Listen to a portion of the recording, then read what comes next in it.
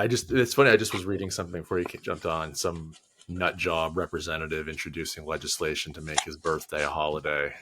Uh-huh. These sycophants can't wait to just throw out ridiculous ideas and Well, as long as they're white people and well, white yeah. guys. Oh yeah, that is true.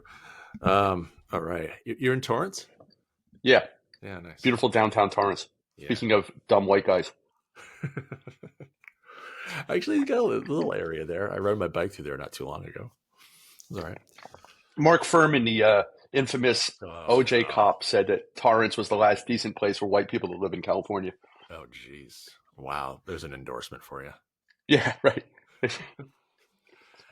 Yeah, Torrance was The like one of city those. motto, the city motto is something like the balanced community, which I always joke is, yeah, because they really cracked the oil refineries and residential neighborhood balance. Yeah, Torrance was like one of those sundown towns, wasn't it, for a while? I think I read that somewhere a long Well, I'm time ago. fairly confident of that. Yeah, if you see a cop, you know who they pulled over. Yeah. Yeah, and the mall has banned children now, so A childless mall? yeah, which is great because the retail environment is just Yeah. fabulous these days. Yeah, you can't be at the mall during weekends because apparently there's no shoplifting that takes place during the week or No, never. it's and they pass the curfew so they bust kids the minute they walk out of the movie theater. Oh my gosh. They need something to do. Those cops clearly are bored out of their minds. Well, and you build these communities with nothing for anyone. There's no recreational facilities or anything productive for people to do. The Yeah. mall's the only place that's welcoming. In the mall, Yeah. yeah. Yeah. But when I say things like that, let's just say I'm the minority view on it. Yeah. I was actually told, why don't you move to Compton? That was kind of the response I got. So, Why don't you move to Compton? Okay. Constructive feedback as always from that crowd. yeah, Um, all right, cool. I'm excited for this chat. what do you want to talk about?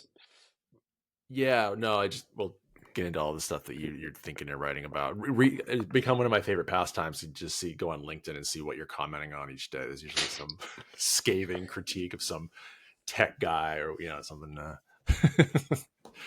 I'm uh, tired of being right.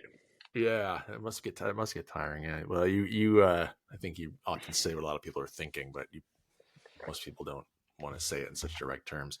Um, do you mind actually introducing yourself to start? Sure, I'm Dr. Gary Stager. I live in a suburb of Los Angeles, California. I've been working in education since 1982. And I think here on this Monday, Gary, we're both just taking a break from radically indoctrinating children to hate America to have this conversation. So thanks for that. I want to start with you wrote in the introduction to 20 Things to Do with a Computer, Forward 50, a book I want to talk about. But there's this line you said, if one seeks to improve education, the first step is to find a cure for amnesia.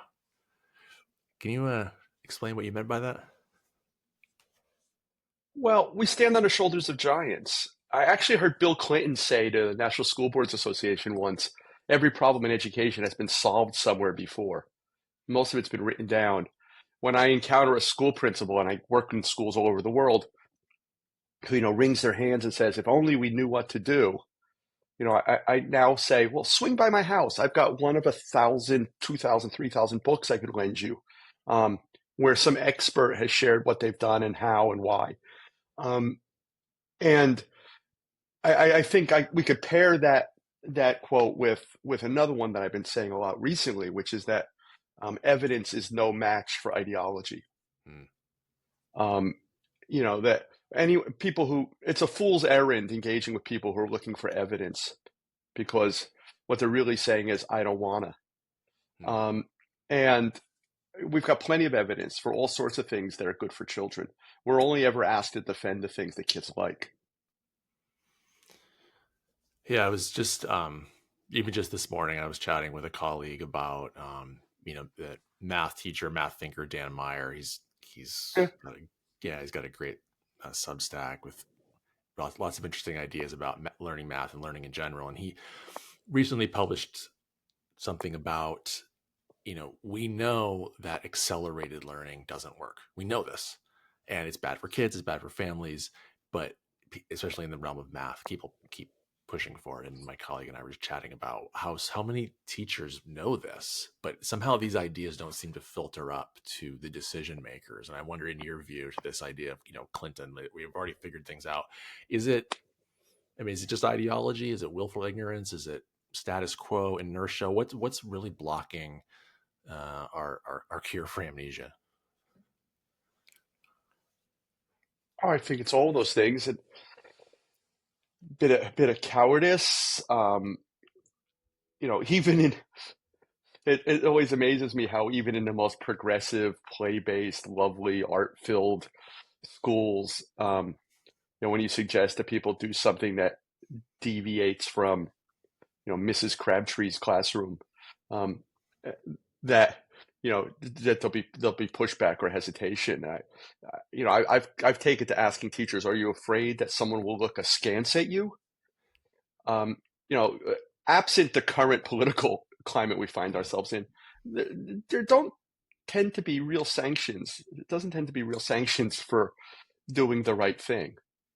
Um, and I think a lot of the decisions in education are really kind of theological in nature, Hmm.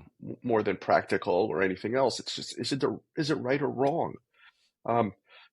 Should we be arbitrarily mean to children? Um, is teaching kids to comply good for democracy? And I don't know. Just as I mature, I kind of keep coming back to that notion.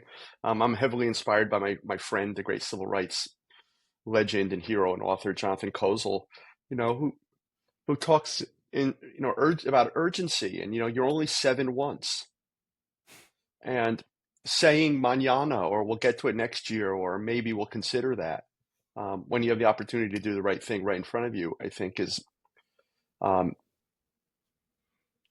a serious decision that one should make. And I think that a lot of what we do as educators, could benefit from subtraction more than addition or multiplication. Um, a lot of this stuff is simpler than we think it is. How do we make this the best 7 hours of a kid's life? Is there some way to lower the level of antagonism between adults and children? Is there a way that we could behave more collegially? Could I, if I see myself, um, in more of a carceral role of a prison guard than of a teacher, maybe I've made a vocational error. Um, you know, when every new technology that comes along, we're concerned about cheating. Why are we concerned about cheating? I'm never concerned about cheating. I know students' voice, and we have a climate of respect and trust. Um, then cheating's not an issue. We don't have to continuously update the "don't copy that floppy" poster in the classroom. Yeah. Um, so I think a lot of the stuff just gets back to, you know, um, schools have an obligation to introduce children to things they don't yet know they love. The best thing we could do as teachers is find ways for them to spend as much time as possible in the company of interesting adults. And I just know personally, I do nutty stuff like voluntarily teach 240 seventh graders for an entire day, and then do it the same thing with eighth graders the next day. And um, no one has to confiscate phones. And I worked in a prison for teenagers for 3.5 years. We didn't have a single kid who had to leave the classroom for discipline reasons. Because I walk in with an open mind and an open heart and say, "Hi, I'm Gary. We've got stuff to do." And I don't ever worry about classroom management, because I never walk into a classroom feeling like I need to manage it. And that's not being a Pollyanna, but I start from that default. I know sometimes you have to intervene in some way, and some kids are more damaged than others, and often the culture is toxic, so you have to you know do some remediation to make your classroom safe within that toxic culture. Um, but like I said, a lot of this it just comes down to, is it good for kids? And related to that is, good teacher working conditions are good student learning conditions. So if it's good for kids, it's good for teachers. If it's good for teachers, it's good for kids. It really resonates with me what you say about being more subtractive. Schools just seem to always want to add more things when you never take anything away. and then pretty soon the deck is stacked pretty full. You quoted somewhere, I think it's Marvin Minsky saying something like, it's not, if you have a problem, you just need to find the right person to solve it. I think that was something along those lines. If when you think about a school, what who's the person that you think has the most influence over these things you're talking about? What level? Are we talking the classroom teachers, the principal, the superintendent? Where would you sort of plug in at what level the necessary mindset shift to change a school? Well, I think those are two different questions. The Minsky quote is interesting because it comes from the context of we were really blessed to have, the father of artificial intelligence, one of the smartest people of the 20th century, come to Constructing Modern Knowledge, the summer institute I run for educators, I think 10 or 11 times, where he just said, I just want to sit in a room and talk to anyone about anything they want to talk about. And it was often hilarious and radical, and no one ever felt stupid being around one of the smartest living scientists. And he was sort of a little more melancholy in the last year or two that he was with us, and he was getting up there in age, and his health wasn't great. And someone asked him the question of, how do you solve a really hairy problem? And he was saying, well, he was saying things like, well, I always knew I could get von Neumann or Oppenheimer or Seymour Papert on the phone. Um, who is the father of information theory? It's eluded me, but there was another name, Claude Shannon. I could always just get them on the phone. And then he said, don't worry about the problem, find the right person. Seek access to expertise was the answer there. And he also said, kind of tangentially, when someone asked him a question about fixing schools, he said, I never needed to give that much thought because I knew I could always call Seymour, meaning Seymour Papert, who was my colleague and friend. So that's a different question from who has the magic answer in a school. And I think, if you think back to your favorite memories of school, whether it was the teacher who ran dance parties or introduced you to gardening or this, sort of stuff that humanized them and made you want to show up, they were sharing their passion and expertise for something, whether or not it was in the curriculum. And I think we ought to look for those opportunities to humanize the environment, to free ourselves from the morbidly obese curriculum. Going back to our previous question, every time some wise guy has a bright idea about what every child should be taught, a music teacher dies. And some of those are great ideas, but we ought to recognize that there are consequences to these actions. As soon as you say every kid should learn X, instrumental music disappears, or things that matter to a lot of kids. And so I don't have a specific answer there, but I think we need to be thinking about this in terms of communities of practice. I had the great luxury a couple weeks ago of, amidst all this mishigas in the world, spending 7 days in the Gulf of whatever it is, on a cruise ship with 100 of the world's leading jazz musicians. And I've been fortunate enough in my life to know most of the important progressive educators who have been alive during my career, and worked with most of them. And my other hat is hanging out with the world's best jazz musicians. And to see 70, 80-year-old musical legends at the top of their game getting up at 9 o'clock in the morning to see a 20-year-old perform, or watching 18-year-old Brandon Goldberg sitting on the deck in the dark at 2 a.m. talking with Kenny Washington, who's considered one of the leading authorities on jazz history and drumming, and exchanging ideas and loving on one another in an environment completely absent of competition, with a shared commitment to excellence, with a abiding faith and desire and need for what they do to continue. I wonder how many of our colleagues know what that looks or sounds or feels or tastes like. I was talking with the great singer Kurt Elling the other night, and I said, I feel sorry for people who have never been reduced to tears by one note played on the saxophone.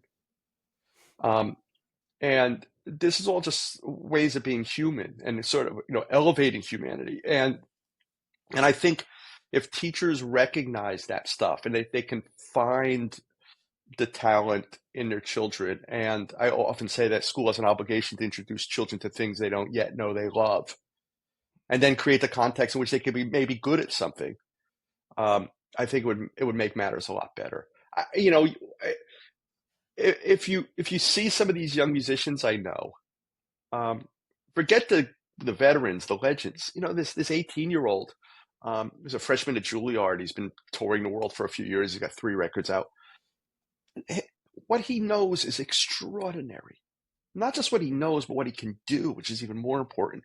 And the thousands of pieces of music and a remarkable technical fluency. And those were the kinds of things we saw when we started going to maker fairs 15 years ago, where you encountered these kids who had all this technological wizardry, who could do these incredibly inventive, clever things, and then their parents would take us aside and say, "Yeah, and every night we cry over math worksheets, and look what my kid's capable of doing, and how come no one gives a damn, and how come this isn't part of their educational diet?" And that was the impetus for us writing Invent to Learn, was to build a bridge between this informal learning community and the formal schools, and share with both communities that there was there was knowledge that, again, that had been written down, that experiences we had all had as shared as a culture, that we could learn from, that would inform both the informal and the formal, and create an environment that was a better place for kids to learn. Can we talk a bit about Seymour Papert?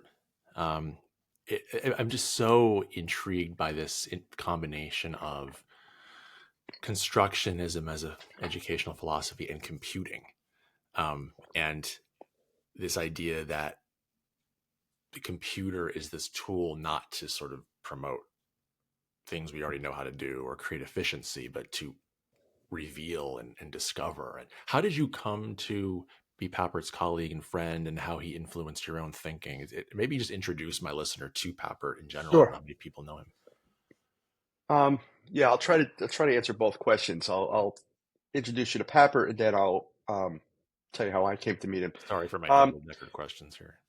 No, that's fine. And I'm like I'm a random access guy, so me trying to keep the two thoughts in my head at the same time is a good challenge. Seymour Papert was born in South Africa. A white man born in South Africa. His father was a entomologist, studied bugs, I think the tsetse fly in particular. He was a gifted mathematician, earned a couple PhDs in mathematics. In the late 40s, early 50s, he was a dissident with the African National Congress and actually had to flee South Africa for his own safety, and found his way to Europe, where he ended up working with Jean Piaget to help Piaget understand how children construct mathematical knowledge.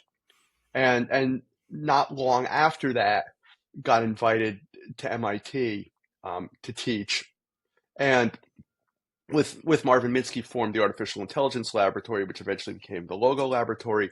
And it was during that time, artificial intelligence research was based on trying to understand how humans learn in order to teach machines how to learn and think. And it was very deeply connected to Piagetian ideas of knowledge being a consequence of experience, that experience is much more vital to learning than instruction, and came out of the sort of progressive brew of that era of civil rights and anti-war and women's rights and voting rights. In 1966-67, Seymour and Cynthia Solomon and Wally Furtzik began creating Logo, which was the first programming language for children. In 1970-71, they published an article called 20 Things to Do with a Computer that, if schools are looking for a tech plan today, most of them haven't satisfied the 20 things that were suggested in 1971, and they weren't mere speculation. In fact, the paper says more than half of these things have already been done in elementary school classrooms more than a half century ago. And Papert was the remarkable combination of theoretician and gifted mathematician, except rather than saying, I'm good at math, math is important, I love math, you should do what I do, and you should learn it the way I did, and we should get tough and make sure that this is rigorous so kids can learn like I do. Um, he was genuinely intrigued by learning differences and why other people didn't love what he loved as much as he did, and why all the attempts to get kids to be good at math were failing. And suggested that rather than find tricks to coerce and dishonestly trick kids into learning something that they find irrelevant and noxious, that we needed to invent a mathematics that they could love. Recognizing that the world was changing, that even the National Council of Teachers of Mathematics in '89 said that half of mathematics has been invented since World War II as a result of both computation and the social sciences demand for number. And not only can't we find any of that reflected in the current curriculum, you can't even find the right symbol for multiplication and division.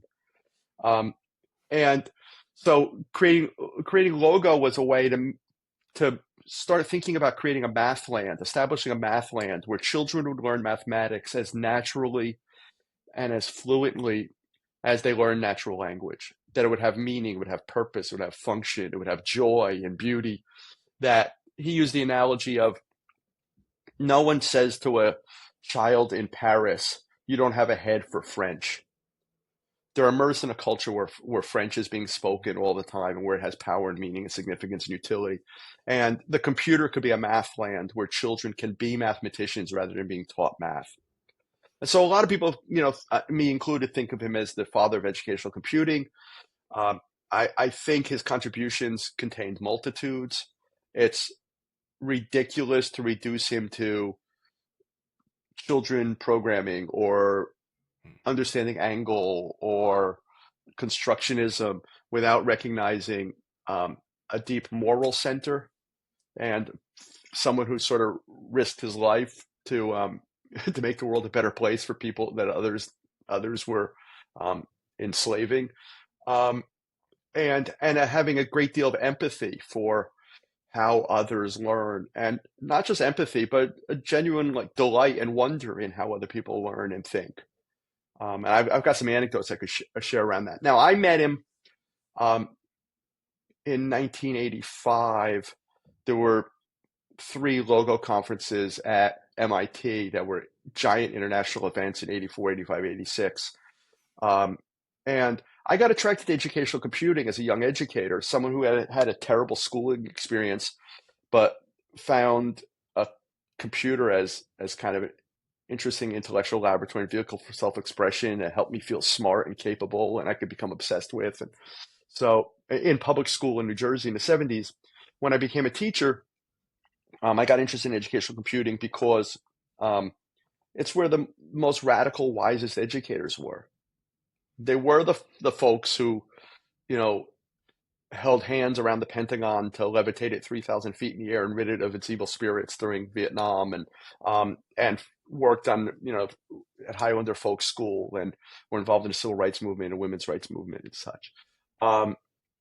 And they were some of the smartest people I'd ever witnessed in any capacity, and I just decided I wanted more of that. And I'm often introduced as a student of Seymour Papert's, but I like to joke that on several occasions I was rejected as a student. We only ever worked together. In fact, Seymour worked for me more often than I worked for him. But I'm incredibly indebted to the couple of decades we got to spend together. And his final major institutional research project was the subject of my doctoral dissertation, which consisted of us creating a high-tech, multi-age, project-based alternative learning environment inside a prison for teenagers in Maine, where kids were able to work 5 hours a day uninterrupted on personally meaningful projects.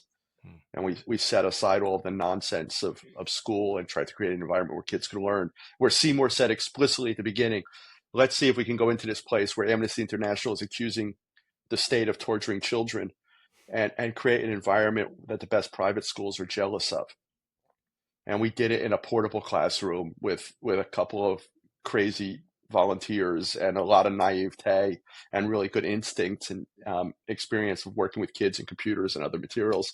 And like I said, in 3.5 years, we didn't have a single kid who had to leave the classroom for discipline reasons. We had kids who were abject school failures who hadn't been in school since they were in the fifth or sixth grade. You know, I'm a white kid from suburban New Jersey. I didn't know there were kids who dropped out at 10. That didn't even occur to me. Um, Kids who had lost the parental lottery, you know, they had an IEP, 50 feet long, who were unbelievably brilliant. And so we had kids who literally spent a couple months with us and went to college afterwards. Um, so again, come back to the issue of evidence. Yeah. I have a PhD. I wrote 450 pages about this work. There's not a lot of people interested in that evidence. But I think what you're describing, that model of true progressive education, improvising, instincts, adapting. I think that idea scares a lot of people in education, school leaders, because they can't be sure what's going to happen. Hmm. You Yeah, can't well, control what's going to happen. well, they can control what's going to happen otherwise. It'll be whatever they define as failure. The thing that surprised me that makes me kind of optimistic and allows me to continue to do the work is that we went into this incredibly nutty situation, and it's kind of a funny story because Seymour was being approached by the governor of Maine, Angus King, who's now a U.S. senator, and about this project. And the governor was saying, we want you to create a model of what learning could look like in the future. What we didn't realize was that he was in trouble because the state was torturing children. And he needed something to sort of distract people, and thought maybe we could help. Now we went into this really hostile, awful environment and met just kids. They were just kids. And um, I thought from the beginning, no one's going to believe any of this. No one's going to be interested. God, it's going to be hard to convince them. And a couple of things happened. One, while the prison side of the system never embraced what we were doing, or only did it begrudgingly, or for the wrong reasons, it didn't take very long before the mental health professionals in the state to say, "Oh, what they're doing is exactly right. That talk therapy doesn't work with adolescents. Doing does," which again is related to the dichotomy that Papert created between instructionism and constructionism. That instructionists believe that you write a new textbook, you adopt a new curriculum, you administer a new test, you teach louder, you reduce class size, you expand class size, you change it. That learning is the result of having been taught. And constructionists believe that the learner is central to the process. The knowledge is socially constructed by the learner or with others. So the mental health people became our greatest fans. That was one thing that was really lovely. The second thing was, I often refer to the prison environment. It was like Gilligan's Island. We had visitors nearly every day, and it was like Gilligan's Island in that the visitors arrive, but the castaways never get off the island. So the kids never left, but we had visitors all the time. And the most amazing thing happened, Dan, when someone walked into this, kind of off-putting environment, to say the least, and was greeted by a 12-year-old kid full of energy who said, "Hey, I'm Billy. You want to see what I'm working on?" And then Billy would talk to them for 45 minutes about the project he's been involved in for 3 months. Not a single one of those people ever left thinking anything other than, of course, this is what we should be doing for kids. And then the pathology got even crazier, because then they would have to rationalize why they weren't doing it. And then they would start inventing all kinds of theories like, well, these are secret geniuses. Right? And I was like, oh, the secret genius theory. Now, the genius of Seymour Papert was when I discussed the secret genius theory with him. Like, that's why these kids get into trouble, because they're secret geniuses, and, school can't contain their giant brains, and, that kind of stuff. They're diabolical, Seymour said, well, yeah, they're right. They are secret geniuses. But in kind of a way that, like, we're all secret geniuses. Right. Yeah. That it wasn't quite so diabolical.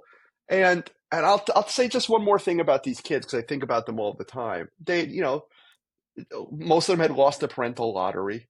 But I was really touched by and moved by how their kindness and their humanity.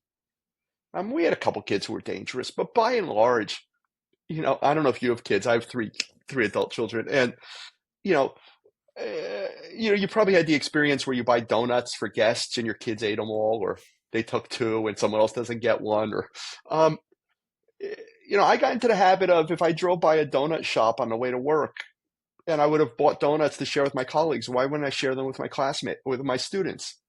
And I just remember how, the kids would make sure if another kid was somewhere else that they saved a donut for them.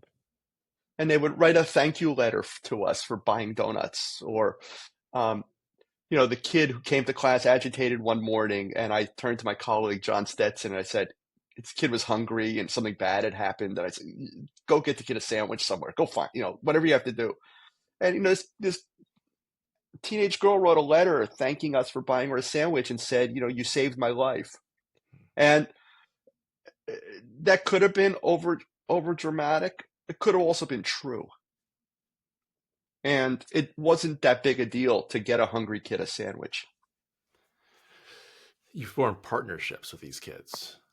Sounds like, it's you sort of flatten the traditional hierarchy that we think of in the classroom. Is that a fair way to put it?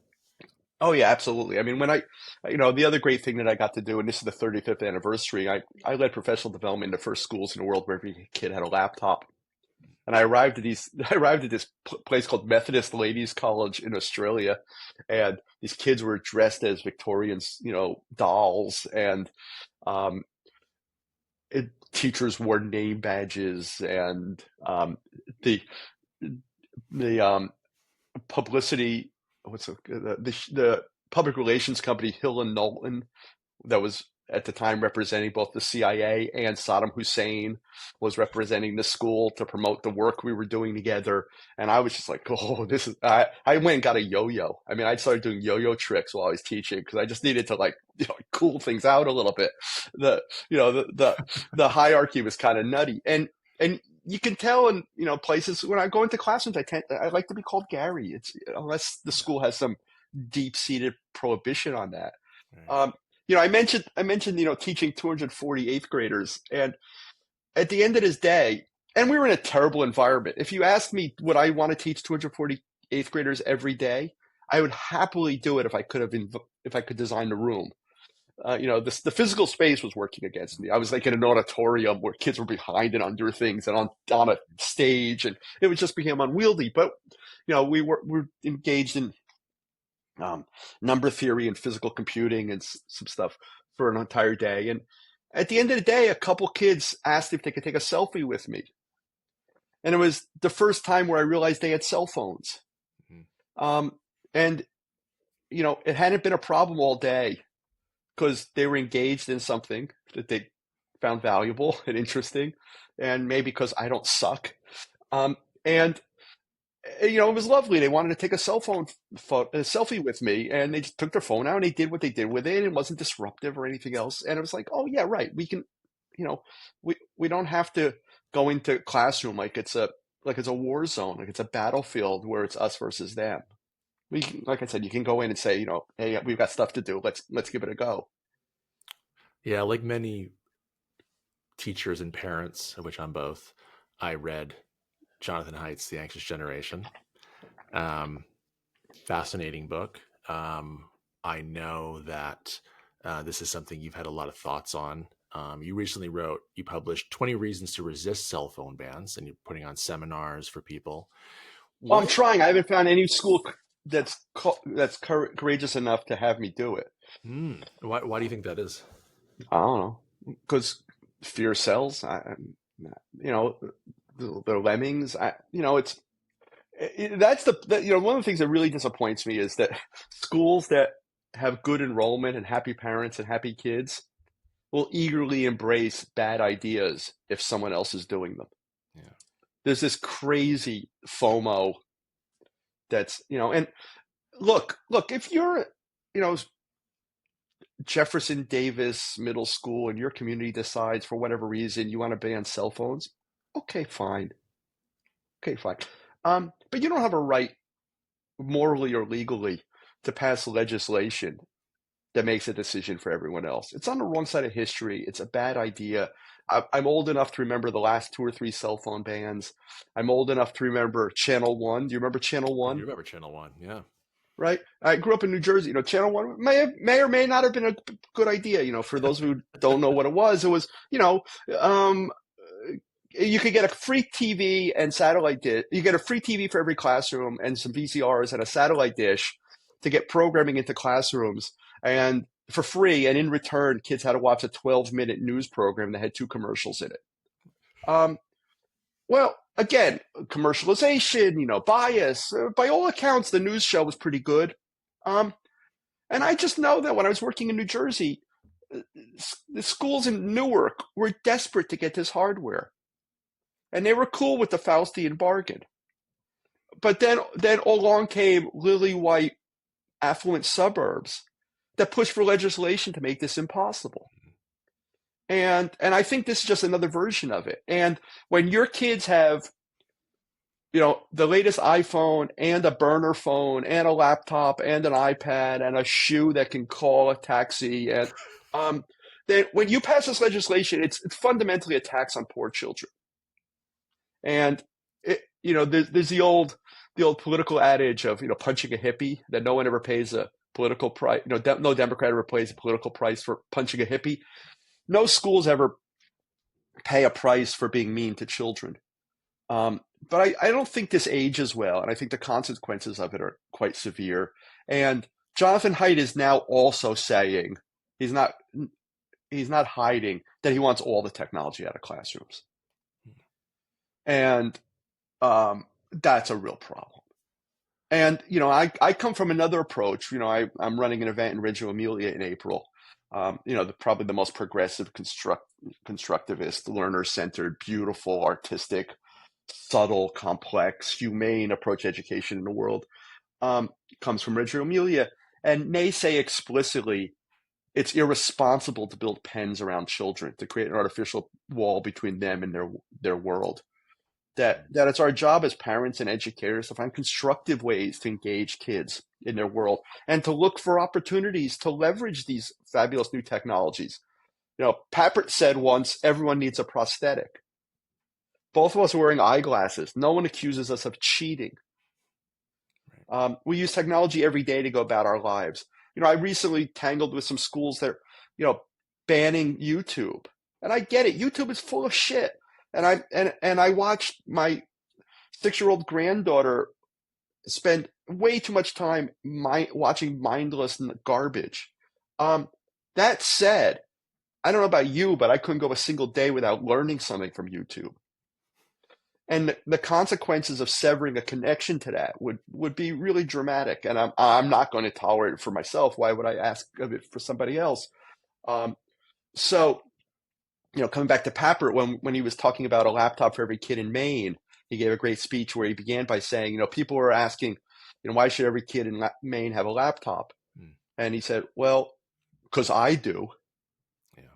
And I couldn't do 1,000% of the intellectual work that I'm engaged in without it. And the bigger question is, why would it even occur to you to deprive kids of such intellectual tool laboratories and vehicles for self-expression?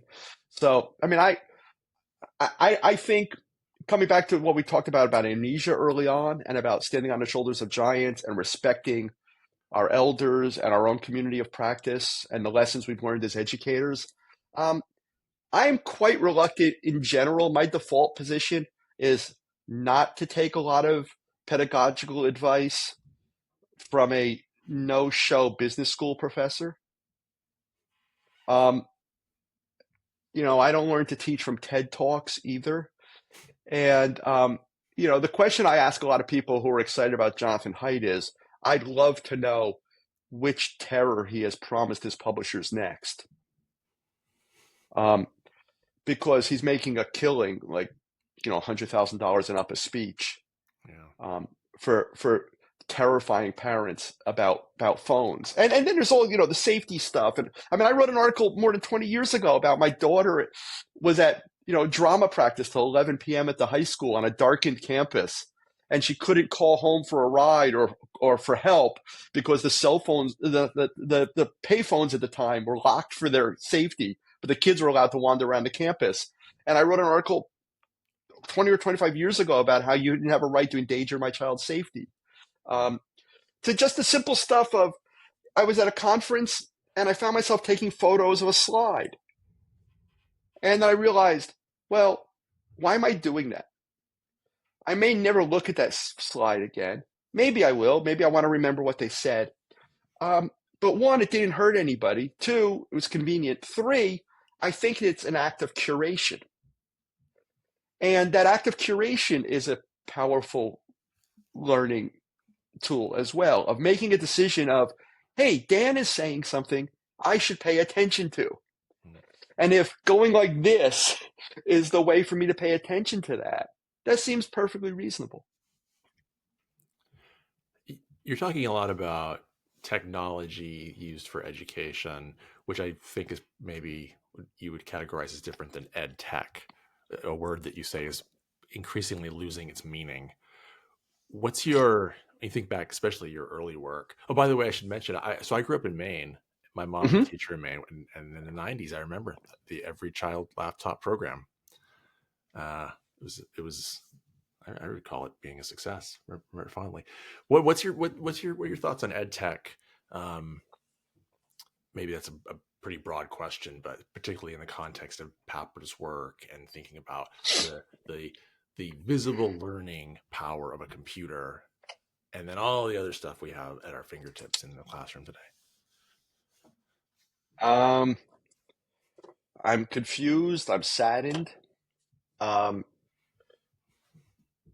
Look, going back to the late 70s, early 80s, Robert Taylor at Columbia University and others, he wrote a book called Computers in the Classroom, Tool, Tutor, 2T, where he said that, there were three ways in which you could use computers in the classroom. In my book, 20 Things to Do with a Computer, Forward 50, I talked about how Papert said that the computer could be used to benefit one of three constituent groups: the system, teachers, or learners. The greatest return on investment is learners. That's what I'm focused on, is personal computing for the learner. But we're not even having those discussions anymore. Now it's just anything that happens to plug in. And it occurred to me in some discussions I had last week that, if you're like the ed tech director at a school or in a district, and your job is consumed with blocking things and confiscation, maybe you've made a vocational error. The technology ought to be a way to give kids wings, to allow them to learn and do and make and invent and create in ways that were unimaginable even just a couple of years ago. And again, I've had enough experience to know what's possible. I've been playing with this idea of maybe we ought to have a rubric, a set of expectations as a teacher where, given a prompt, 10% of the kids are going to do something interesting and 5% are going to do something that you never saw before. And that's the stuff that excites me when kids, how did you figure that out? Where did that idea come from? And that's what excites me. That's what gets me up in the morning. And that's why I got interested in educational computing. When I was at the ISTE conference last year, this is the organization that I signed the charter for, that I keynoted the conference before it became ISTE, when it was the National Educational Computing Conference, something I care deeply about. And someone asked me, why are you here? And I said, in a rather cheeky way, I'm here to represent the powerful ideas of the original landowners. That I'm not going to let it become meaningless. And there has been a shift in the language. It was originally educational computing, and computing is a verb. It's something you do.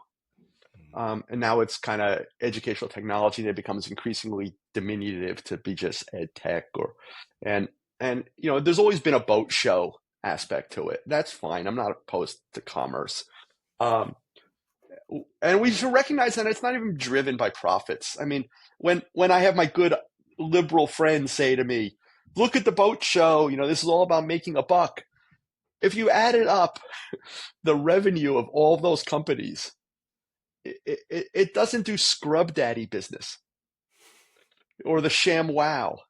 It's still kind of it's infinitesimal when it comes. I mean, there's pockets of people profiting from it, but that's not what it's about. It's more rooted in an absence of powerful ideas, or a outmoded, unproductive vision of education, which is about efficiency and rationalizing costs and reducing the number of teachers because they're pesky and a pain in the ass, and want to get paid and fed and things.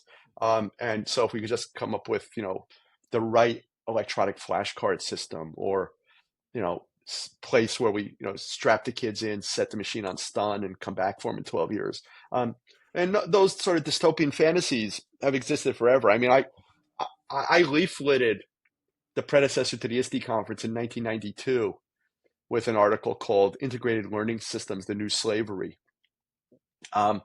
which was that day's equivalent of everything that Sal Khan is pushing today. It was just in a different box. It was just in a different shape. And those ideas have been, coming back again to your initial question about amnesia. It's also funny how we forget our failures, and how the people who get to set the agenda for education policy, who demand evidence, sit atop a mountain of serial failure. Yeah, I heard someone recently talking about the very same people who promised us personalized learning was going to change education are back, and now they're promising us that AI is going to, and I think that amnesia that they're banking on. Right. And there's two I think there's two different kinds of people in that realm. There's, I think Bill Gates means well. I actually give him the benefit of the doubt. But he's no Seymour Papert. And the thing that I think differentiates the two of them is Gates has zero empathy. So we've seen play out a million times with Gates Foundation funding, where Gates encounters a historian that he likes, and finds out that the guy wrote a curriculum. And instead of Bill Gates saying, hey, teachers around the world, I think this is fabulous, and if you would like this guy's curriculum, I would be happy to pay for it and give it to you. What he does instead is he calls up governors and presidents and prime ministers and says, everyone should do this. And why can't everyone be like me? I like this thing, so therefore I decree everyone should. So that's well-meaning but misguided. And ask about the Philadelphia School of the Future sometime. You probably can't find a Wikipedia entry on it, but that was going to be Microsoft's invention of education, or anytime, anywhere learning. Or, I mean, there's been a lot of forays that have been just spectacular failures. And yet and then there's also, related to that, the idea that we're going to use public treasure as a private plaything. You may have seen, if you follow me on social media, I'm a big Addams Family fan, and I'm often sharing video or a still of Gomez Addams blowing up his train set, and the Zuckerberg, Jobs, Gates, Haidt, Khan, Musk view of education reminds me of the blowing up the train set. The public schools are this train set that the robber barons can use as their plaything, and they don't care if they blow it up. Then there's the other folks who just hate the whole enterprise and hate civil servants and the public good and the Commonwealth. And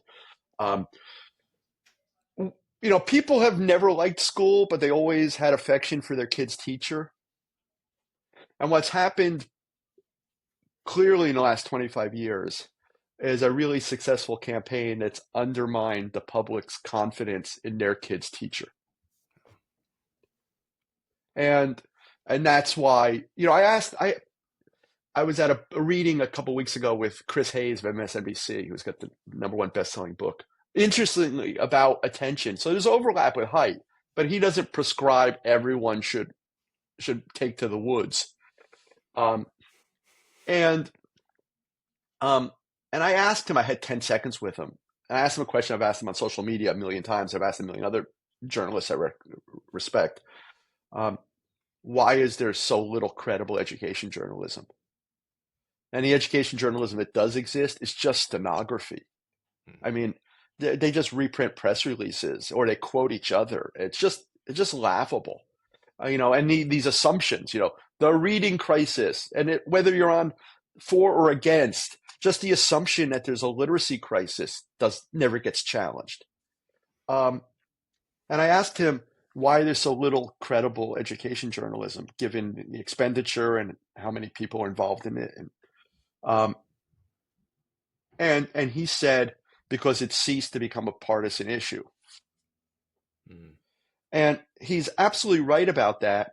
And in our kumbaya, politically naive world of let's all find balance and the center and hold hands, that's not a good outcome, because what it's resulted in for folks like you is it's not just the right that hates you. Now the left hates you too. And the rise of direct, explicit instruction and systemic phonics, that's now the plaything of the NPR latte sipping crowd as much as it is Moms for Liberty. Hmm. And and I don't want to say I've told you so, but you could read anything I've written over the last 30 years, and I said that was coming. And that's a problem. And I don't know what we do about that. Because when you say to the liberals, well, did you learn to read that way? Did your kids learn to read that way? They say, well, we love our children and we have books.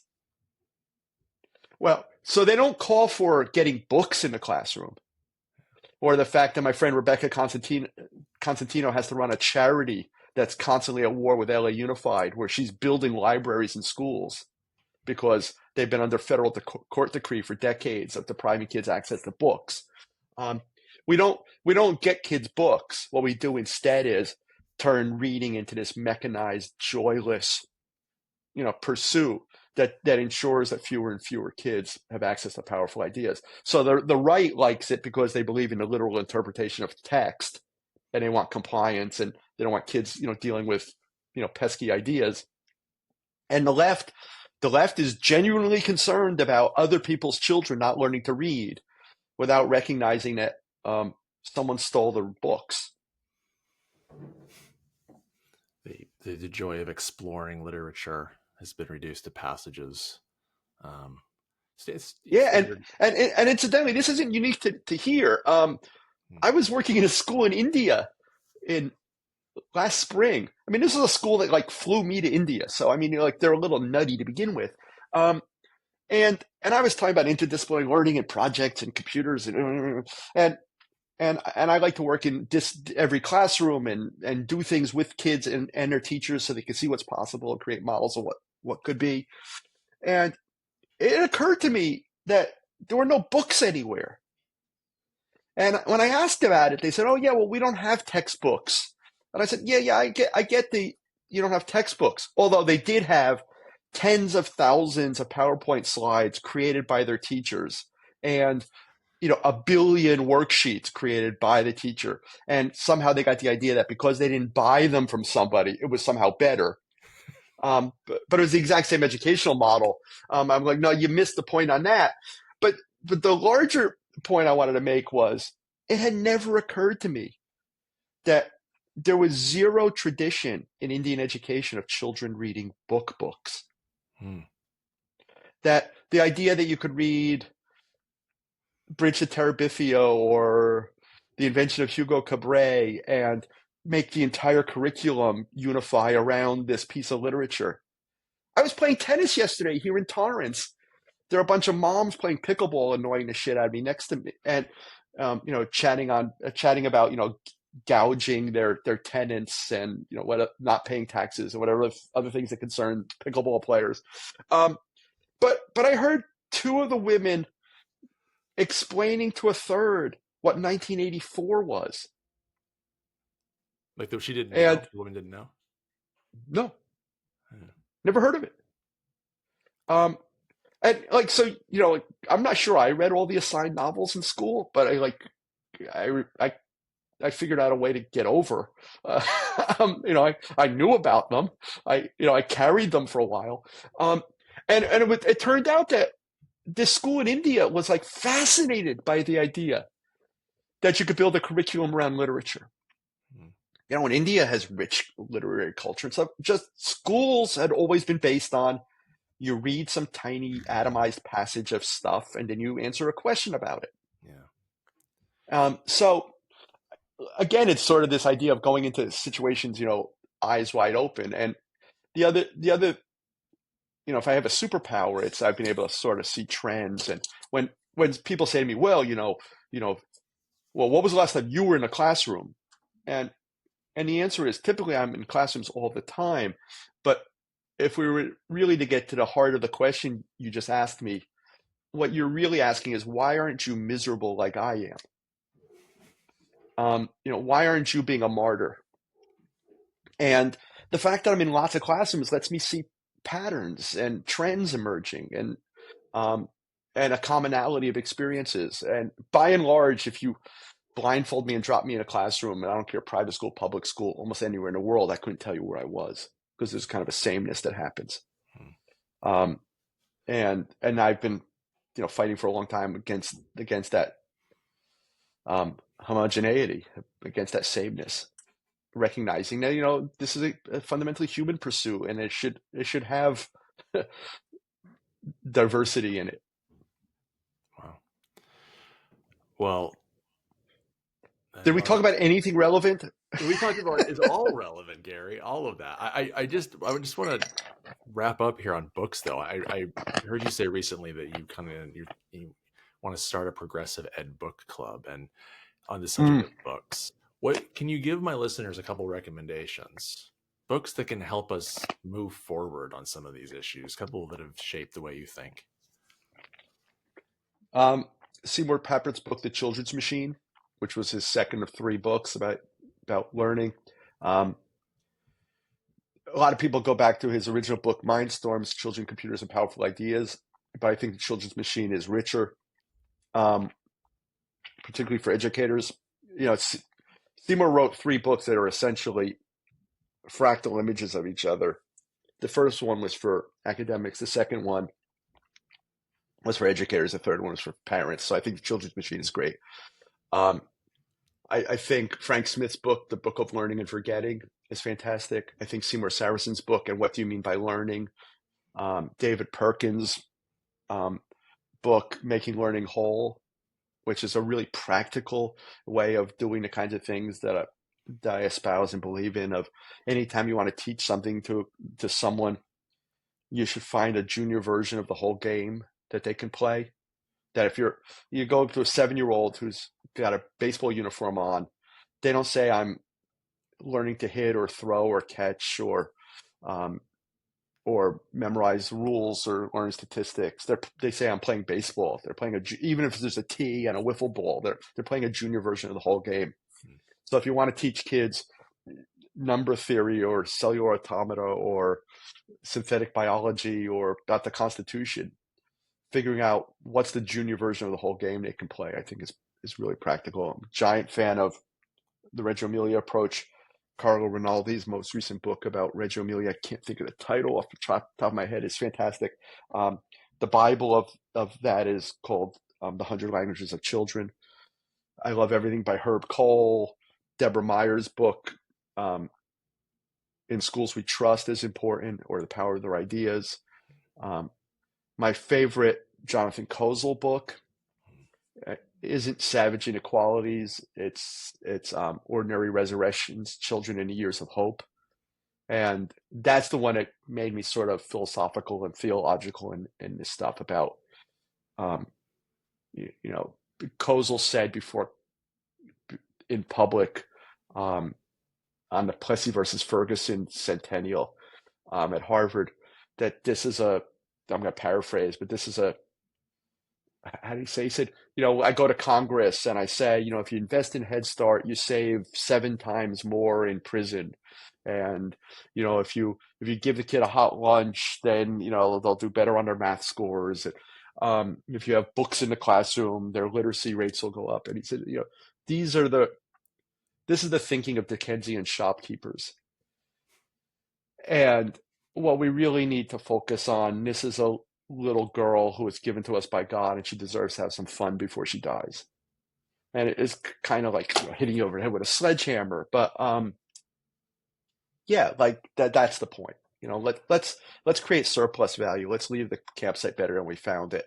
And if I sounded melancholy or pessimistic in this conversation, I've been joking recently that I think my curse was that I got to work with brilliant, smart, caring, powerful people early in my career, and it's been downhill since. Um, like when you start with, Seymour Papert and David Thornburg and a lot of just endless heroes and sheroes, teachers, just Marion Rosen, Maria Nee, people, anonymous people doing brilliant things in classrooms.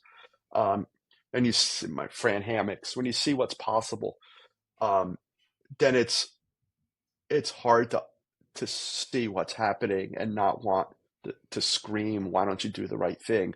And I'm fascinated by folks like myself who saw what was possible, who did the right thing, who, for whatever reason, have decided that they can let go of that. Why? And I don't have a great explanation for it. Pre-pandemic, I wrote an article called "Time for Optimism." I thought there was a lot of reasons to think that really good stuff could happen. And we go back to the robber barons. They all send their kids to schools like we would want to work in or send our kids to. Mm. Elon Musk, Sal Khan, Gates, they're big fans of progressive education for their children. Mm-hmm. I tangled with Sal Khan once. He was talking about, why do we have to have bell schedules and bifurcated subjects and silos? And, why can't kids be working on projects? And I said, hey, Sal, I got a rental car out front. Hop in. I'll take you to the future. That with no sense that there are schools doing this. There are folks like you fighting every day to make it a reality.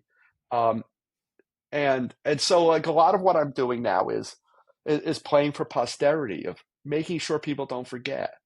I'm running the Papert archives because MIT, where he spent 50 years, doesn't seem to care. And I'm still collecting videos and texts that people have never seen that are important to keep alive. I've been scanning books and getting rights of progressive education works and things to make sure that these ideas don't disappear. Because I joke about the 20 things to do with the Computer Forward 50 book that I put together a couple of years ago. It's going to be huge 100 years from now. To leave the campsite better than we found it, to leave some historical record that those of us who knew better tried to do better, and that hopefully that'll inspire others to do the right thing going forward. Well, Gary, thanks so much. I look forward to linking so much in the show notes so listeners can check out the books and resources you talked about and just think. And I appreciate you just getting on here. I can see why you're a big jazz fan. It's there's a lot of no, it's like that's it. And I couldn't figure out. I live in Los Angeles, which is largely a cultural desert. I couldn't figure out why I've been going to 3 or 4 concerts a week the last couple of weeks, and then someone said to me, "You idiot! It's Black History Month." So apparently, this is the month where all the jazz is. I actually had to choose between things this week, and then there'll be nothing for another 11 months. So thank God for Black History Month, as long as it exists. Yeah. At least that happened. Yeah, Culture Month. At least that happened. But yeah, I mean, I've learned so much, including I'll leave you with this last idea that came from the great saxophonist Jimmy Heath. And And he said, what was good is good. And I think educators would be well served by making a really clear, mindful distinction between timeless and old. We should abandon old ideas and old practices, but we should keep the timeless ones. And the stuff that I'm doing with AI and kids is based on work that my colleagues were doing in the 1960s. The timeless activities that now we can supercharge. That, math land has never been more possible than it is today. You look at what Stephen Wolfram has just released with their computational notebook assistant, where a kid can ask the computer to solve any problem, and it will solve it and model it and show all work and explain how it did it. And that becomes a springboard to ask a deeper question or test a larger hypothesis, learn something new. That if we make simple things easy to do, we make complexity possible. So that distinction between timeless and old, I think, is really important. And we should really embrace the timeless stuff and then see the technological progress that emerges through the lens of how will that allow us to get closer to what we had hoped had been possible. How will allow us to leverage our human potential. I mean, I'll just make one quick plug. This is a proof, but we're releasing a book next week called The Learner's Apprentice. What's the subtitle? AI and the Amplification of Human Creativity.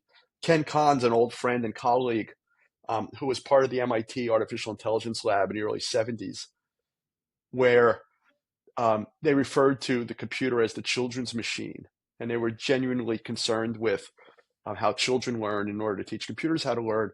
And he's had a really rich career in research and academic roles since.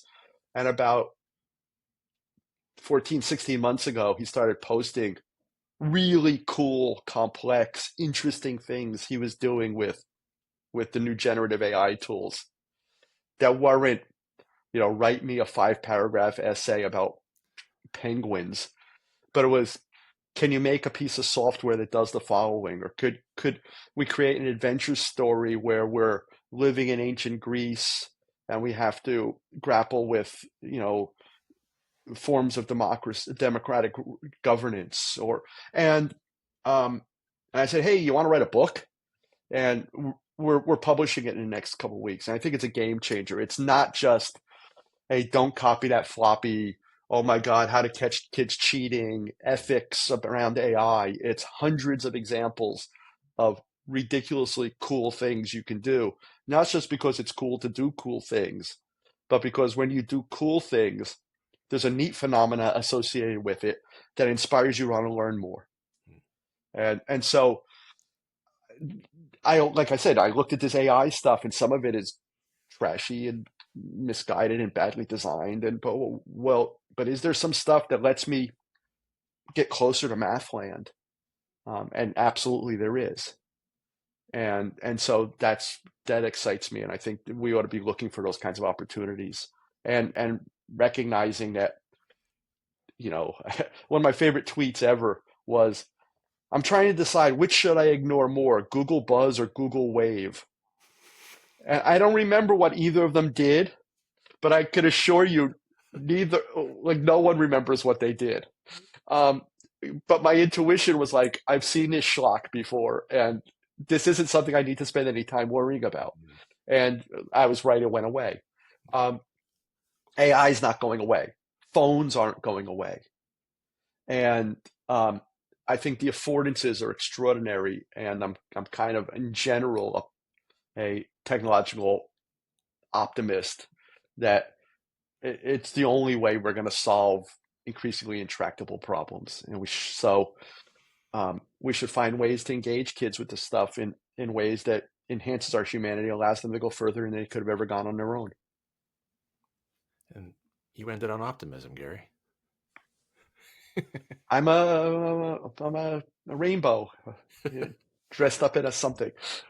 Thank you so much. This was so fun. I knew it would be. I just tell them your personality you write with. I was like, this is going to be a good one. Well, since we're apparently neighbors of some sort, we should actually meet each other one day. Oh yeah, absolutely. Yeah, Let's I'm, hang I'm out. in Santa Monica. Cool.